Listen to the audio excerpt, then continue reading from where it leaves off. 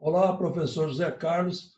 Esse é o nosso último slide, último grupo de slides, né? Desses nossos 3 vídeos sobre a palestra Dependência de Álcool e Drogas. Hoje vamos falar de exames toxicológicos. Vocês viram aqui a foto, pode ser feita pelo sangue, urina, cabelo, pelo e unha, né? Eles detectam se a pessoa fez uso recente ou faz frequentemente o uso de drogas ilícitas ou não, benzodiazepínicos, por exemplo, e outros. Motoristas rodoviários, candidatos de concurso, funcionários de empresas em geral e também na clínica diária. Cada um detecta tipos diferentes de drogas e utilizadas em períodos diferentes também essas drogas. Realizado de várias formas, a partir de sangue, urina, queratina dos cabelos, pelos ou unhas. Cada uma dessas análises tem uma janela de detecção e é utilizada em momentos diferentes. Por exemplo, na urina, é possível detectar drogas consumidas, em média, nos últimos 5 dias. Na queratina, do cabelo, pelo, unha, tem uma janela de detecção maior e consegue identificar o consumo de drogas entre 90 e 180 dias. Esse exame toxicológico detecta a presença de drogas em menos tempo e com uma janela de detecção menor no sangue. Para saber se a pessoa consumiu recentemente uma determinada substância, usa-se o exame do sangue, pois ele só identifica drogas consumidas em, no máximo, até 48 horas atrás, dependendo da droga. Como o sangue é um tecido líquido que tem uma das funções levar as toxinas para serem eliminadas por meio de órgãos, o processo de desintoxicação é muito rápido. Não serve para identificar drogas consumidas dias atrás, mas sim nas últimas horas. Essa análise consegue identificar a presença de substâncias lícitas, como o álcool, e ilícitas, como a maconha, utilizadas nas últimas horas. E ele não é tão utilizado, o sangue, não, viu? Detecta diversas substâncias ilícitas, mesmo que em um tempo reduzido de consumo, se comparado com outros testes, o exame de sangue. A anfetamina e a heroína podem ser detectadas por cerca de 12 horas após o consumo. Metanfetamina, 24 a 36 horas. O ácido lisérgico, LSD, de 2 a 3 horas apenas. E a morfina, de 6 a 8 horas. Ainda no sangue, a maconha, 2 dias só depois do uso. Para quem faz o consumo frequente, a maconha pode ser identificada até 7 dias posteriores ao consumo. Cocaína e êxtase, só 1 a 2 dias no sangue.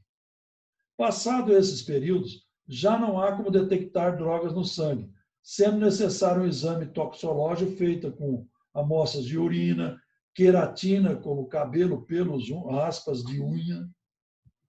Por isso chegamos à queratina aqui, ó, cabelo e pelos. Amostras de queratina de cabelos, pelos do corpo, das pernas, dos braços e axilas.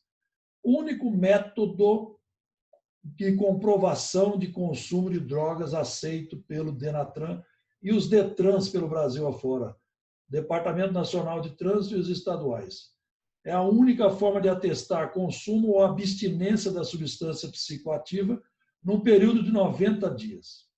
Visto que o período mínimo para análise toxicológica é de 90 dias, o exame de larga janela torna-se o único a atender à lei do motorista. Por conseguir analisar o consumo de substâncias de um longo período, é chamado de exame de larga janela de detecção. Há uma diferença entre o exame realizado por meio da análise de cabelo e de pelo, que é a janela de detecção.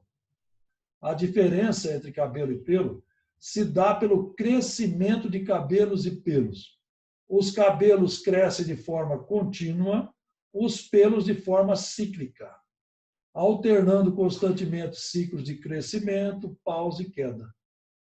Um pelo corporal completa o seu ciclo total, chegando à queda em aproximadamente 6 meses ou 180 dias. Por essa razão, o exame toxicológico realizado por meio de amostras de pelo não apontará análise com período inferior a 180 dias. Já o cabelo, o crescimento contínuo com a janela de detecção determinada pelo comprimento a contar da raiz do cabelo. Por exemplo, o cabelo cresce em média 1,3 centímetro por mês. Para conseguir analisar um período de 90 dias, é necessário que ele tenha um comprimento de 3 centímetros. E nas unhas, a queratina? O exame toxicológico das unhas é feito quando o candidato apresenta condições que impossibilitam dispor de outro tipo de amostra, seja pelo ou cabelo. Por exemplo, a alopécia universal ou outra condição que impeça o crescimento desses pelos e cabelos. A alopecia universal é autoimune, perda total de cabelo no couro cabeludo e pelos do corpo. Testes com sangue, urina e unha não são aceitos para a renovação da Carteira Nacional de Habilitação, como nós já falamos. A janela de detecção de urina e sangue é curta e não atende à lei do motorista. Agora chegamos ao tratamento multitransdisciplinar de dependência de álcool e drogas.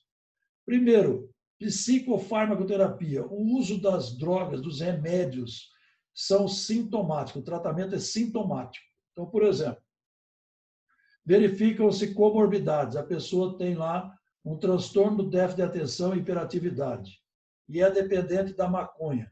Há de se tratar a dependência da maconha e também o TDAH, senão não adianta. Outra, internação, que nós temos aqui embaixo o item. As medicações usadas no hospital, né, para desintoxicação, muita hidratação, né, com soro, etc., elas são feitas em busca da retirada da droga do organismo do cidadão e para evitar a abstinência. Lembram lá do outro vídeo sobre a abstinência. Então, o que acontece?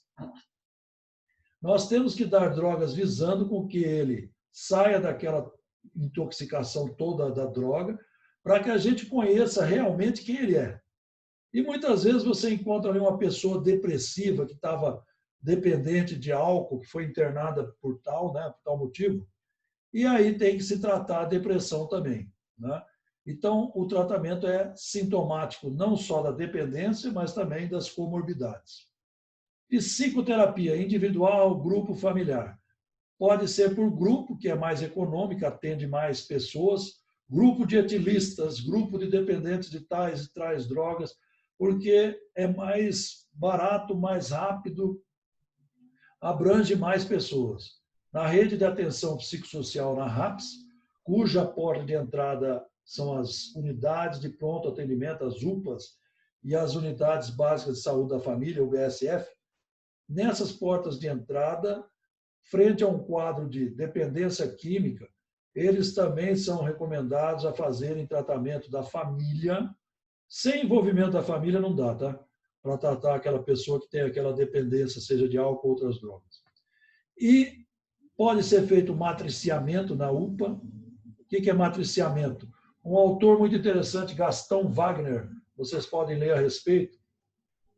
No matriciamento, o médico clínico geral, outra especialidade, não seja psiquiatra, pode chamar o psiquiatra ou psicólogo lá na UPA, na UBSF, para que atenda aquela pessoa com dependência de álcool e drogas para dar os primeiros cuidados.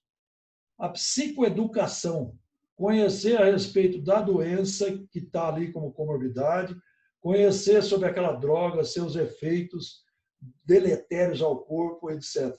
Conhecer o que nós vimos no primeiro vídeo, o que é intoxicação aguda, uso nocivo, dependência, abstinência, tolerância, etc. Isso deve ser feito tanto com o paciente como com a família, os cuidadores em geral. Dieta sem cafeína, álcool e as drogas, nicotina, etc., para não interferirem nas medicações e também não interferirem no próprio tratamento. Atividade física e espiritualidade, a própria OMS, Organização Mundial de Saúde, recomenda a espiritualidade como um fator de enfrentamento às doenças em geral, inclusive às dependências químicas. A internação, que nós vamos seguir a Lei 10.216, Lei da Reforma Psiquiátrica, que traz 3 tipos de internações. Voluntária, quando o paciente se dispõe voluntariamente ao tratamento em nível hospitalar, pode ser numa enfermaria, de psiquiatria no hospital geral ou no hospital especializado. Involuntária, quando um familiar ou um cuidador assina como responsável daquela internação, indicação médica. E a compulsória, quando é autorizada, indicada por um juiz de plantão. Tá? Desintoxicação, nós já falamos sobre ela, é feita em nível de hospital, pode ser feita em nível de casa, domicílio? Pode, desde que houver um home care ali, um atendimento 24 horas, né? Evitando as abstinências. Lembra que tem abstinência que leva até convulsão à morte, e também à morte, né? Comunidades terapêuticas fazem um trabalho muito bom, aquelas que são holísticas, globais, que têm uma visão como nós, psiquiatras, no hospital geral, no hospital especializado, nos ambulatórios, consultórios. O que é essa visão holística global? É a visão do ser humano como um ser físico, psicológico, social, ambiental, histórico, cultural e religioso no sentido de espiritualidade. Por que isso? Porque se a pessoa vai para a comunidade terapêutica e só fica lá fazendo atividades físicas, religiosas, sem estar tomando medicamento, ele pode ter convulsões por abstinência de cocaína, por exemplo, álcool e outros. Pode ter delírio tremens pelo álcool, como nós vimos no segundo vídeo. Então, eu digo o seguinte, visão holística também nas comunidades terapêuticas, tendo um médico responsável pela prescrição de medicamentos. Como vai ter o educador físico responsável pelas atividades físicas, que tem também nos CAPs, álcool e drogas, Centro de Atendimento Psicossocial de Álcool e Drogas, que fazem parte, esses CAPs, da rede de atenção psicossocial. Enfim, sempre com essa visão global do ser humano. Grupos de autoajuda, estão aí os alcoólicos anônimos com mais de 80 anos no mundo todo, salvando vidas. Amor exigente, Cedro Amor Exigente, também em muitos países, e no Brasil, inclusive. Quem mais? Narcóticos Anônimos, Neuróticos Anônimos. Esses grupos de autoajuda são primordiais, gente. Eu coloco na receita do paciente a necessidade dele participar desses grupos também, além que eu coloco nas receitas os medicamentos, o tipo de psicoterapia, se vai ser grupal, individual, se individual, cognitiva, comportamental ou outra, não é mesmo? E também participar de grupos de autoajuda. Previdência Social, eu recomendo que vocês olhem o site da previdência.gov.br, que lá você vai ter todas as recomendações, quem tem direito ou não a auxílio doença, aposentadoria transitória, definitiva, etc. Por último, o envolvimento da família é imprescindível. Tá? A família deve estar envolvida, os cuidadores, para não praticarem a chamada codependência. O que é isso? Quando uma pessoa que não é dependente toma atitudes conscientes ou inconscientes que perpetuam a dependência de outrem. Então, por exemplo, aí eu tive um paciente que a mãe dele comprava para ele na boca de fumo a droga para a semana toda. Aí um dia eu perguntei, mas a senhora sabia que a senhora pode ser presa como traficante? Ah, não, mas é para o meu filho. Não interessa. Percebe? Então a mãe, para que o filho não fosse pego com aquela quantidade enorme de drogas, ela traficava literalmente pela justiça, né? Embora pensando que estava ajudando o filho. E sociedade, nós temos que fazer programas de prevenção envolvendo toda a população em geral. Tá? Não adianta, por exemplo, programa de redução de danos. Se você distribui seringas e as pessoas não são orientadas como usá-las, elas podem começar a vender ou usar em conjunto seringas para aplicar em drogas em conjunto. Aí vai ter a transmissão de infecções sexualmente transmissíveis, né? IST, antigamente chamadas DST, e também outras situações diversas infecciosas, né? Hepatites, etc. Então, transmitir para a comunidade, para a sociedade, informações diversas, programas preventivos, repreensivos, etc., juntando aí, né, transdisciplinar, a saúde, a justiça, a assistência social, a Secretaria de Trabalho, os conselhos antidrogas, conselhos de saúde, etc., porque é importantíssima essa visão transdisciplinar aí para a repreensão tanto do tráfico de drogas como nós na área da saúde e assistência social. Exercícios de fixação, referente aos nossos 2 anteriores e 3 vídeos sobre dependência de álcool e drogas. Vamos ver se você está bom de lembrança e aprendeu bem. Sérgio Ronaldo é um jovem de 23 anos de idade, dependente de múltiplas drogas, maconha, cocaína e álcool. A sua síndrome de dependência teve início há 1 ano, embora já fazia uso nocivo conjunto dessas 3 substâncias desde a adolescência. Com o passar do tempo, doses crescentes das 3 substâncias são requeridas para ele alcançar os efeitos originalmente produzidos por elas em doses mais baixas. Quando interrompe abruptamente o seu uso, ele apresenta sinais e sintomas de ansiedade, depressão, transtorno de sono, os quais são atenuados pelo uso da droga. Os seus sinais e sintomas físicos variam de acordo com a substância que vinha sendo usada. Esse quadro já foi complicado por uma crise convulsiva, possivelmente aí pelo álcool, pela maconha, ou pela cocaína. O início e o curso de seus sinais e sintomas são limitados no tempo, transitórios, e relacionados ao tipo de substância e à dose que vinha sendo utilizada. Em relação ao relato acima sobre o Sérgio Ronaldo, cite os nomes de 2 das diretrizes diagnósticas de síndrome de dependência que estão presentes no caso. Vamos lá, vamos lembrar? Quer rever lá os vídeos? Pode dar uma revisada. E agora chegamos à resposta. Tolerância e síndrome de abstinência. O aumento progressivo das doses para adquirir os efeitos anteriormente adquiridos e os sintomas de abstinência, depressão, ansiedade, irritabilidade, teve até convulsão, sem o efeito da droga, como, por exemplo, pode ser da cocaína ou do álcool. Outro exercício. Regivane é universitária de 24 anos de idade, bastante reservada e introvertida. Passou por uma condição transitória, seguida a ingestão de álcool etílico, resultando em perturbações no nível de consciência, cognição, percepção, afeto e comportamento. O seu quadro foi agravado porque ela sofre de insuficiência renal.